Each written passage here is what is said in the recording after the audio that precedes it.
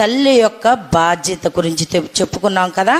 అదే రీతిగా ఇక్కడ తల్లి అయిన లేయా ఏమి చేయాలంటే, తన కుమార్తె వెళ్తున్నాను నా స్నేహితుల దగ్గరికి అని చెప్పినప్పుడు, మరి మనోళ్ళు ఎంతోమంది అంటారు కదా, పూర్వం ఏ మాట అంటారు, రారాని చోట వెళ్తే పోరాని మాట వచ్చింది. అది ఆడపిల్లలకి ఎక్కువ అన్నమాట.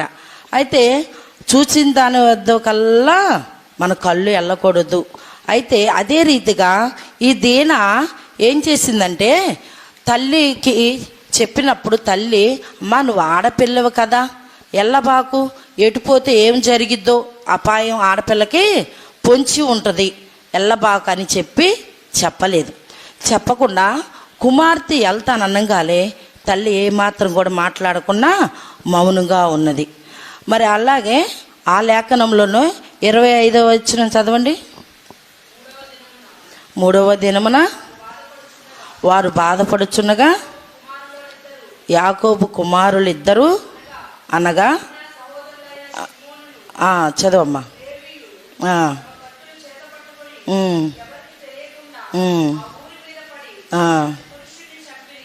చాలు.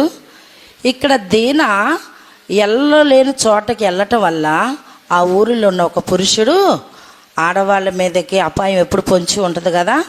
అందులో చక్కనిది, ఎంతో అందముగా ఉన్నది కదా స్త్రీ.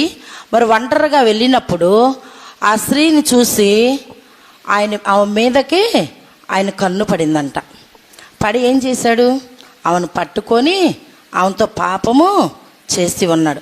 ఆ విషయం ఎవరికి తెలిసింది? యాకోబు ఇద్దరు కుమారులకి తెలిసింది.